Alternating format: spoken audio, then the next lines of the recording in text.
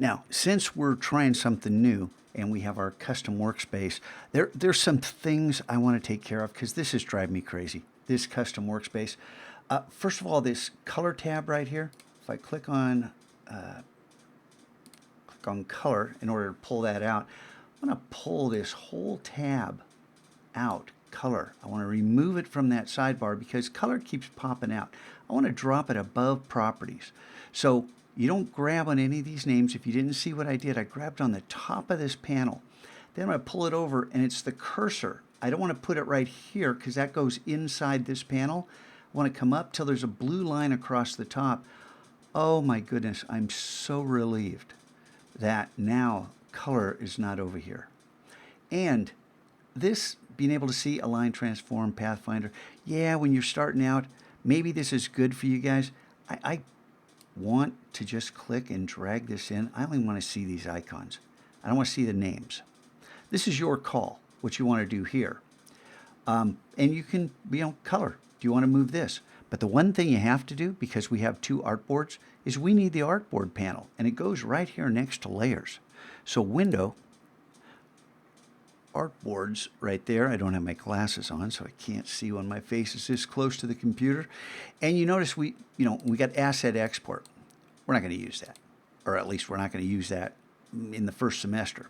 So I want to drag my artboards. Just going to grab that little name right there and put it here inside. So the blue rectangle is live and it drops in right next to layers.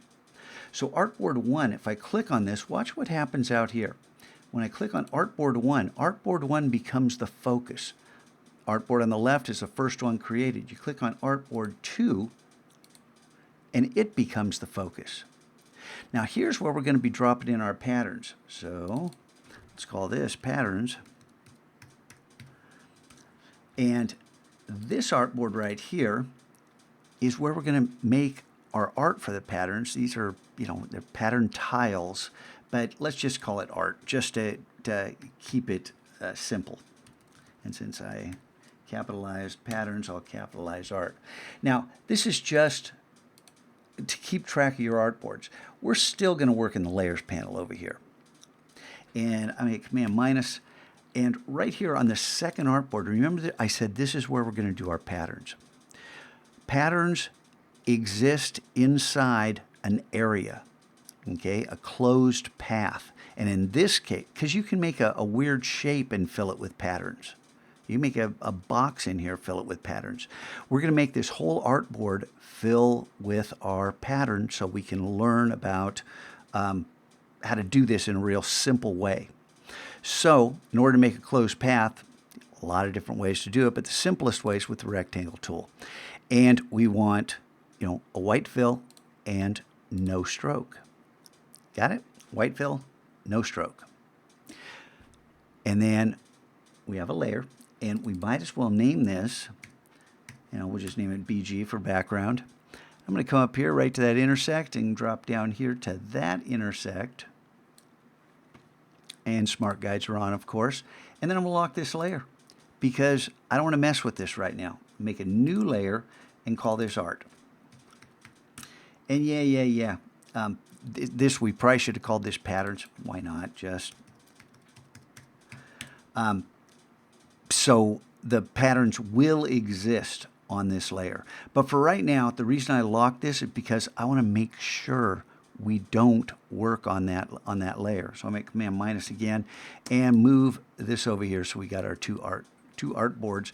And right here on this one, as soon as I click, you didn't see anything change here, but watch up here. When I clicked here, the artboard became active. This one's locked, but it still switches. Notice that? How Illustrator tells us which artboard is active. And when you work on this, it's always a good idea to just click once with the selection tool with the black arrow in order to make that artboard active, and then make sure you're on the right layer. Here's where we're going to drop our art in. Now, there's so many simple patterns, lines, polka dots. Let's just make polka dots. Let's try that. So right here, I want to change the fill to black, and we'll just do black and white pattern with polka dots. Okay, so click and hold on the rectangle tool right here in order to find the ellipse tool. And then we can just click in order to define a pattern. And a 100 pixel square is okay. You don't want to have your art too large because, face it, then your pattern only has, you know, one big large thing there, and that's kind of a boring pattern, right? And we can always resize our pattern after the fact. So right now, we have this 100 pixel circle, no stroke, black fill, and we want to make a pattern. Come up to Object, Pattern, Make. And you notice I've got a keyboard shortcut here. For me, it's Shift-Option-Command, left bracket. Now, why left bracket? Because it's right next to P, and we're going to use P for other things. So if you look down at your keyboard, you know, it's Y-U-I-O-P, left bracket. So it's sitting there right next to P, and we'll make this custom shortcut a couple of videos from now after you get tired of going Object, Pattern, Make. And when you do that, you're thrown, look at this. We're thrown into isolation mode, but this is a new pattern isolation mode where we can kind of see what's going on. Now, since I have played around with the patterns options before, I don't know if I'm seeing what you're seeing. I think dim copies, I think this is 70% or something. I'm not sure what yours is, so you can see. I'll change it to 50 just so you can really see that this is our object and this is the default pattern without making a single change. This is the default, and I don't know, do you have 5x5? Do you have 3x3? You know, you can change this in order to see your pattern repeat more. This is where that lines up. Okay, there's lots of other changes to make and lots of other things we can do, but right now, why don't we just save this pattern? Huh? So here's where you give it a name, and, you know, polka dot 01. So that'll be, you know, our series of polka dot patterns.